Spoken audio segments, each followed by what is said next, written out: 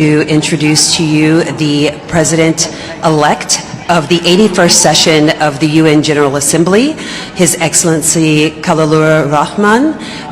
His Excellency will deliver brief remarks, but unfortunately will not be able to take any questions at this time due to his schedule. So without further ado, PGA-elect, you have the floor.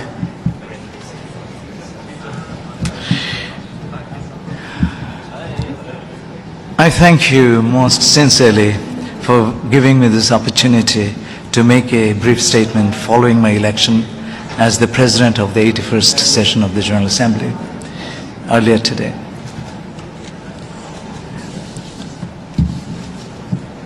As you know, the elections have taken place and I was declared winner, and I've accepted the responsibilities with humility and respect. The 81st session of the United Nations General Assembly will be a consequential one, as the Assembly will be called upon to address UN reform, preparations for the next generation of the Global Development Agenda, the transition in the leadership of the United Nations with the selection of the next Secretary General, and similar issues. These will unfold alongside urgent global challenges already before us, including climate change, geopolitical tensions, energy insecurity, and widening development divides.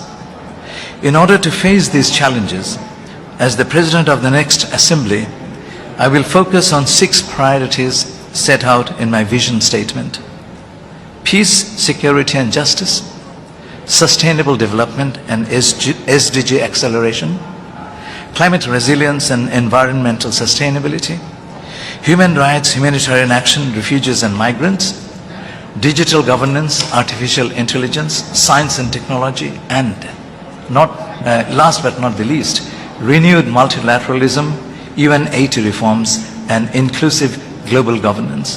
Following my election, I told the General Assembly that I will dedicate myself to rebuilding trust, nurturing consensus, opening space for good faith negotiations that will lead to outcomes for all that are owned by all. I will unfailingly uphold the UN Charter and conduct the work of the Presidency in full accordance with the Code of Conduct of the President. I will be the President of all Member States. I will engage all Member States in the course of my work. I will not let my personal views interfere with my work as PGA. I will seek common ground without ignoring differences. I will organize my office reflecting geographical, gender and linguistic balance. Creating a group within the office of the President to specifically serve the needs of the small delegations will be one of my early priorities. I will also hold consultations with the Secretary General on the organization and resources for the office of the President of the General Assembly. I called upon all Member States today to contribute to the PGA Trust Fund to help carry out the work of the Office of the President more effectively.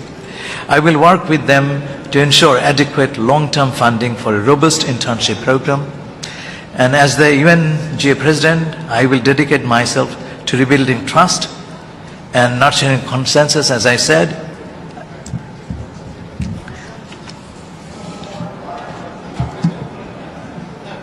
Finally, I don't consider the work of the President as a one-off event, but as a continuum.